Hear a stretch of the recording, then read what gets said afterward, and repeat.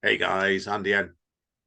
I'm going to say the stupidly bonkers Clive Oseman, and that's said with love, right? So, so straight over to Clive. I have no idea what he's going to do, so surprise me, Clive.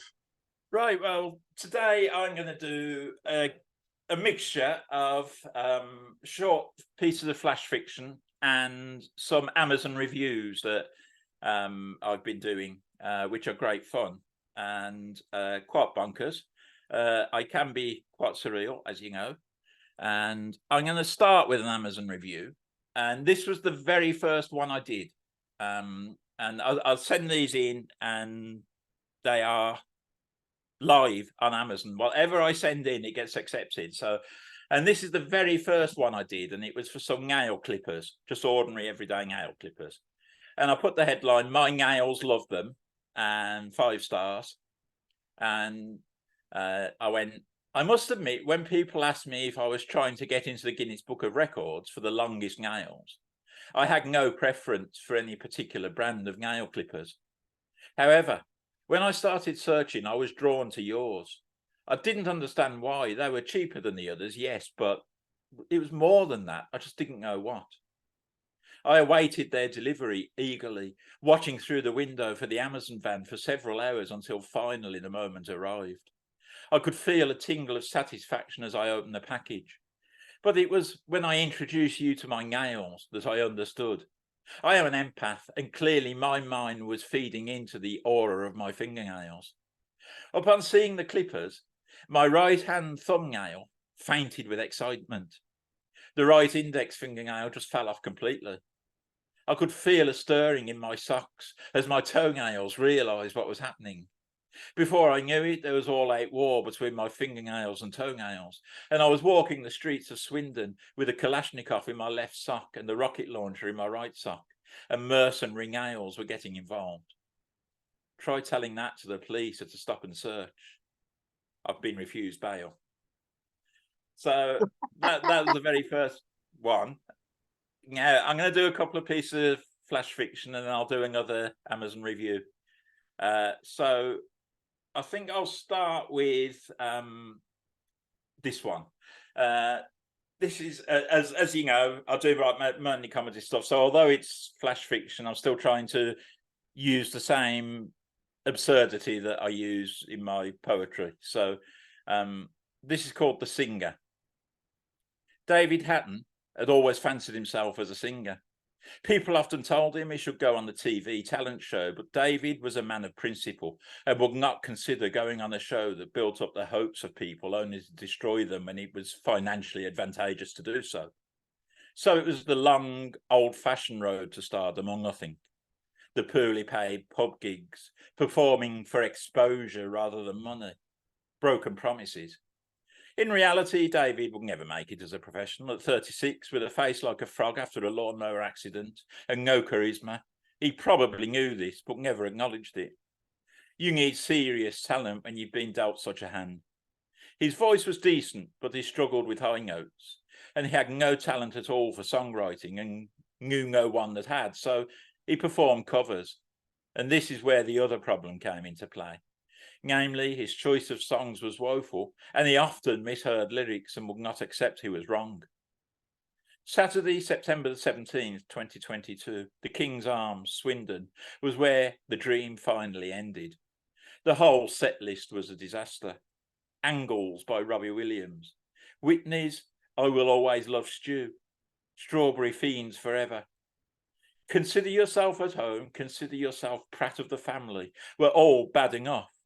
But singing Scary Moose, Will You Play Me the Banjo during an attempt at Bohemian Rhapsody resulted in him having to flee as bottles and beer glasses were hurled at him by angry punters. He was even punched by a young man in a Swindon Town replica football shirt, as if he wasn't well used to disappointment. David never returned to Swindon. It's reassuring to know that even the saddest of stories can have a happy ending. Fantastic. Oh, I'm not going to ask about the Swindon reference there. We'll just move on. So another one is that I particularly like, and it has gone down well when I performed it at various places, is Top Secret. I knew I messed up pretty badly when my colleague lost 3 fingers as a result of my mistake. One would have been fine provided it wasn't the index finger. There was a precedent. And 2 may have been acceptable on a Thursday, but 3 on a Tuesday? That was unfortunate. And I expected a damn good telling off. I can't tell you exactly what we do at the factory. It's so top secret, I'm not sure I know myself, if I'm honest. But I now know that releasing the flotsy before the jagam is in place means your colleague won't be playing guitar again. This would be a level 5 rant by the boss, I thought, possibly even a reprimand. I'd severed a full month's allowance of fingers for the whole team in one careless moment, and this was going to be a rap on the knuckles.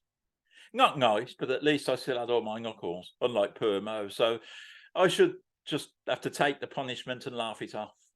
As I entered the boss's office, I quickly realised that the situation was more serious than I expected. He'd taken down his portrait of Margaret Thatcher and was dressed in a gorilla suit.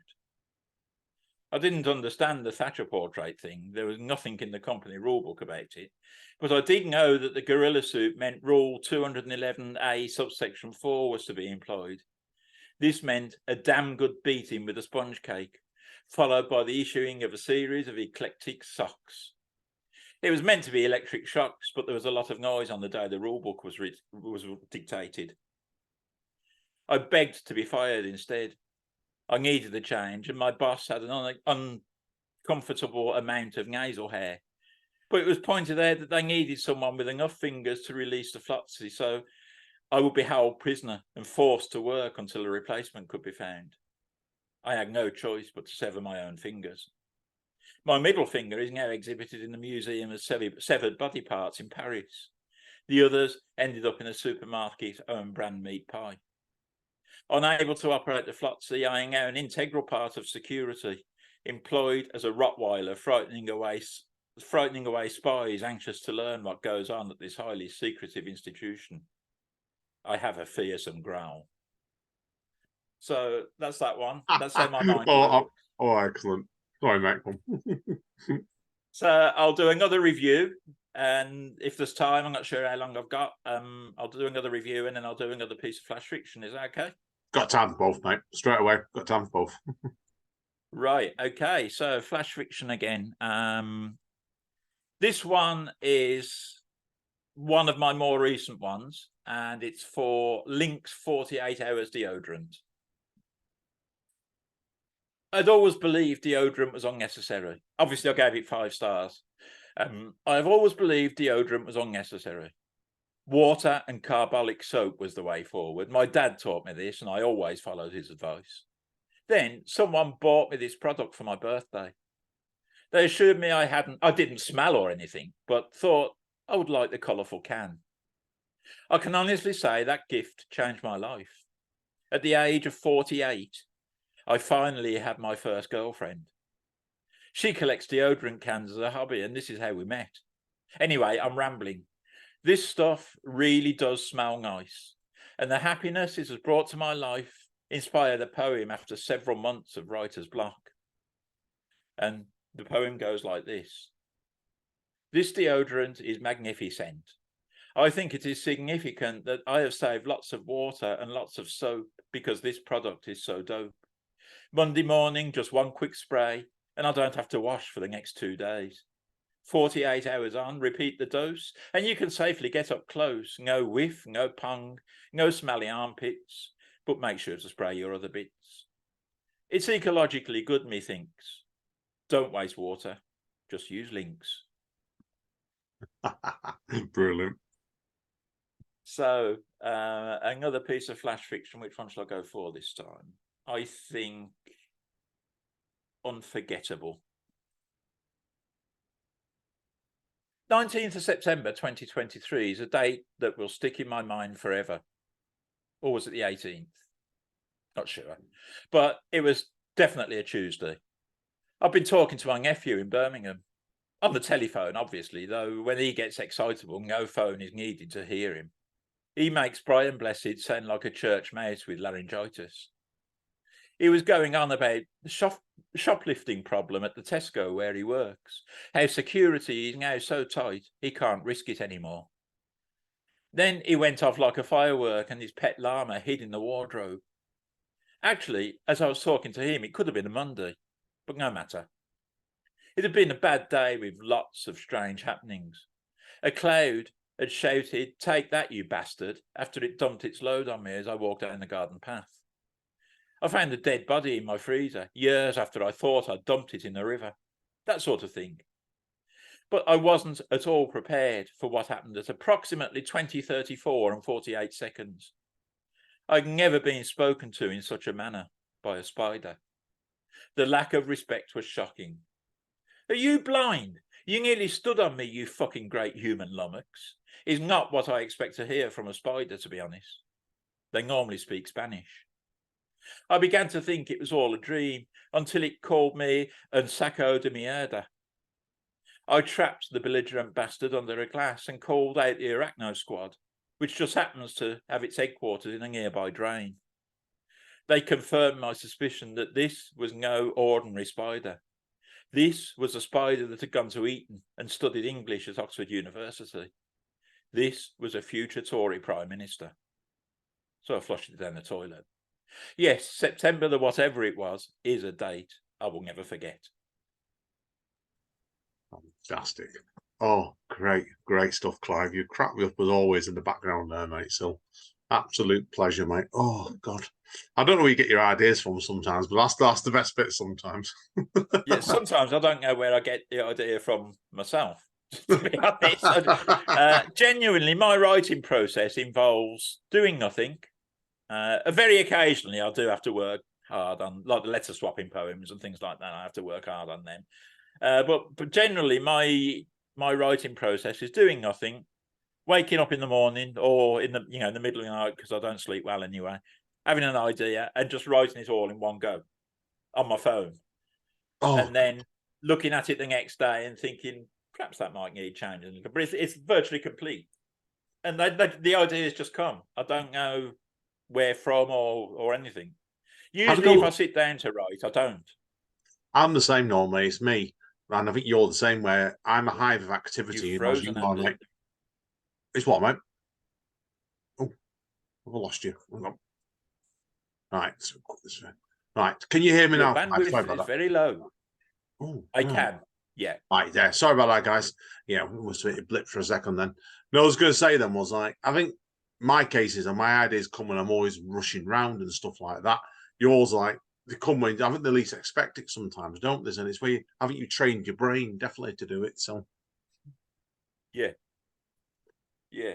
But yeah, as I say, if I sit down to try and write, it rarely works. yes, But sometimes I have the idea and then I have to work on it. Like, for example, the letter swapping poems, I have to think of words that would sound funny if you swapped them round, and then think of plenty of ideas, and then what would sort of make them into a story.